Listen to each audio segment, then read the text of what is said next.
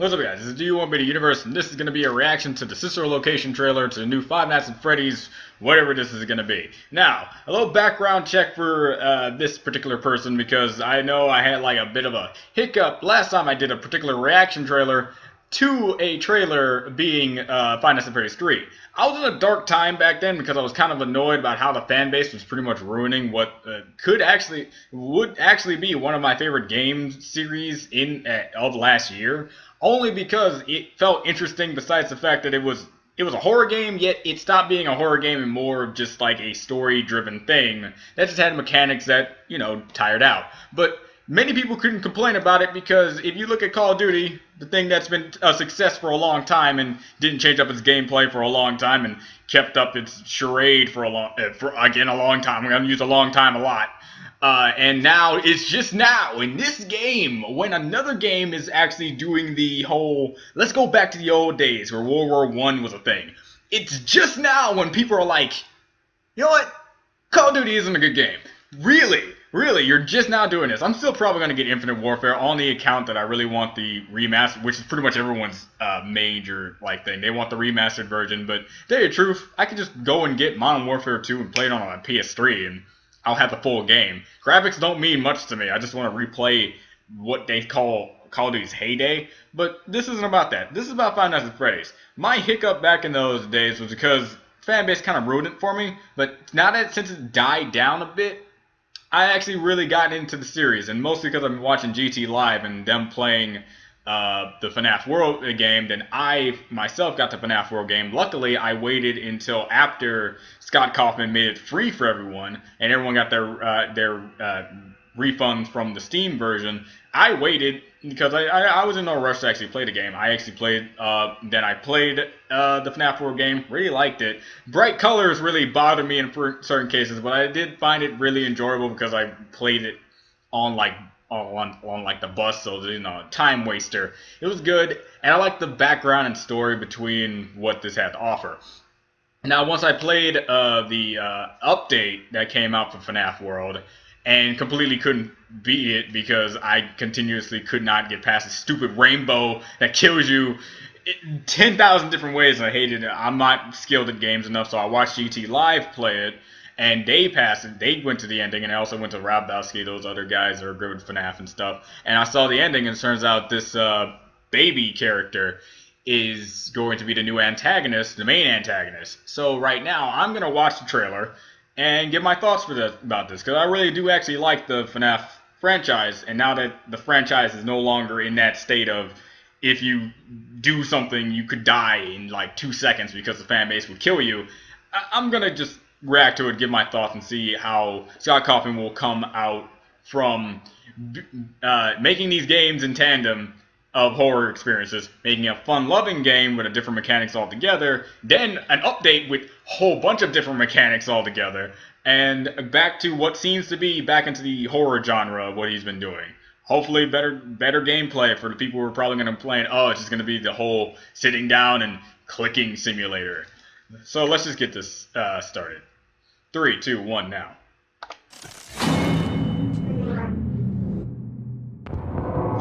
Fear. FNaF 1, FNaF 2, Panic. FNaF 3, hey buddy, Dread. FNaF 4, Terror.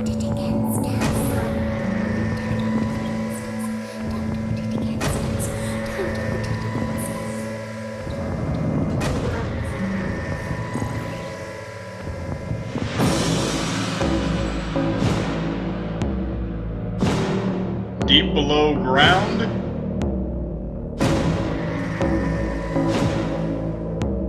Oh my god! Where memories sleep.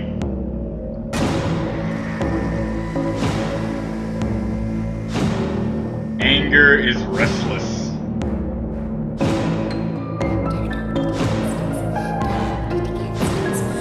And secrets don't keep.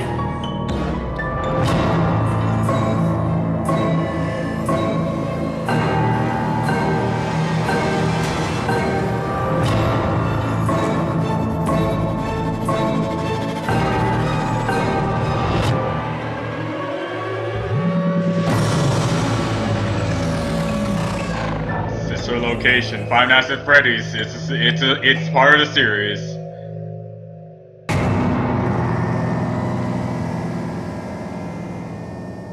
This fall, huh?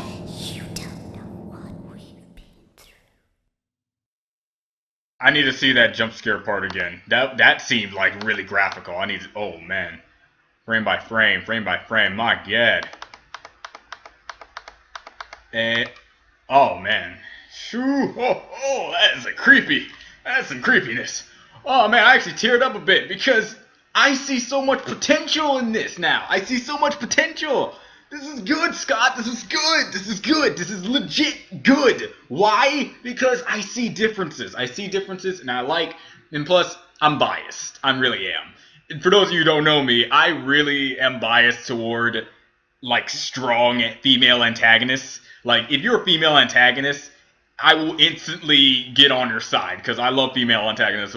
In my story, I have plenty of female antagonists because they're so fun to write and their personalities can go in tandem in so many different ways. And the whole male antagonist just seems so boring to me. But this is a good antagonist. I like how Freddy, the one that looks like Freddy, is kind of taking a back seat. He's like now the Bonnie. That's ironic, right? Now it seems like we have. Freddy is Bonnie. We have the Foxy looking guy girl. We don't, again, the whole Mango controversy on whether or not Mango is a guy or a girl, but considering that they're robots, they aren't really anything, so whatever. And then we have an actual real legit new one who isn't human, along with Baby here. That isn't human. That is a humanoid type thing. It's a ballerina. And to tell you the truth, when I first saw like teaser image on Scott Games, you know how I like, well, no you don't. Well, since I'm a story writer and I love to like do like things with like this sort of nonsense, I drew Baby as like my character drawing wise, and I drew her, and I kind of had this like mental story of her just dismantling every other animatronic that came before her, showing that she is now the dominant one. And the story is called A Forgotten Sister. I was planning on actually making it a comic because it does seem like an interesting concept to go off on, but I'm too busy with my original story, so I'm going to continue that and not do that. It would serve no purpose, but the whole point of this, I like her character. I like her. I like how she has I like how her voice is booming. Like the other sad voices, you know how Foxy does the dum de dum de dum de dum dum, and Freddy, and you know all these other things had like voices to them in certain degrees. But you either distinct. She has a voice, and you hear it at the end of the FNaF world update ending, and Scott, who I think is supposed to be the portraying person in the FNaF world update. Update ending. I think that's supposed to be Scott, and it's like I turned her on. I can't turn her back off. Then she shows up, and it's up to interpretation on whether or not Scott killed himself or or Baby here killed. Either or. She's here now, and the trailer shows. I don't know how this is. Considering how the trailer goes out, we're gonna be underground. That, or is that just a metaphor? I like how the faces are moving. I do like that. Deep below ground. It's like, is that a metaphor or are we like legit underground? Because I think we were in like an elevator. And it's like an underground location where memories sleep. And I wonder what the community is going to name these guys until we get their official names. Anger is restless. It's interesting. I find real interest. I love the movement. Like one of the greater Five Nights at Freddy's games, I don't know. Oh wait, the Freddy actually has like a Bonnie arm. This is why I go to those analysis dudes, because they point that stuff out before I get to. Yeah, the Freddy actually does have a bunny arm. So, man, so it's right. Freddy has turned into like the Bonnie, literally with the arm. Foxy is now just like. It's more, what gender is this? But it holds more of a build. It has like a male build to it, but it has the color coordination of Mango. which is interesting. And the major new one that I'm pretty sure we've never seen before is the ballerina animatronic here, along with Baby here. She's, oh man. I'm actually legit excited for this game because many things I've been going on for the FNaF thing have actually enjoyed it. And some people say, because Scott's pumping out too many games, he's doing this, he needs to be more. He has been one of the greater like programmers I see. If there's one thing you gotta give Scott, is his like character designs. Like in every single game, he has come up with intricate designs for his characters, which is very interesting to me, especially with these. How he can keep an old thing fresh in a certain light. You know, many people can disagree with that, but it's very interesting how he can actually like pull that off. That's like the whole facial movement thing is really interesting. This all seems futuristic. It all does seem futuristic, and this kind of futuristic is a thing that's not going to get much backlash unlike the Call of Duty one.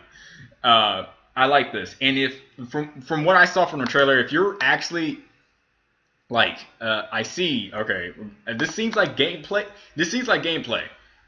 You are in like an elevator. It seems like you're in an elevator, and you see the poster with the dancer. Yeah, you are going down. So I think it's official. We are going underground, and you're seeing all this stuff. I don't know. And you're going through an air vent. That's the main thing that I want to point out. You're going through an air vent. So is there actual exploration? That's what's going to decide whether or not this is going to be a rehash or a brand new experience. Because I was cut off for myself.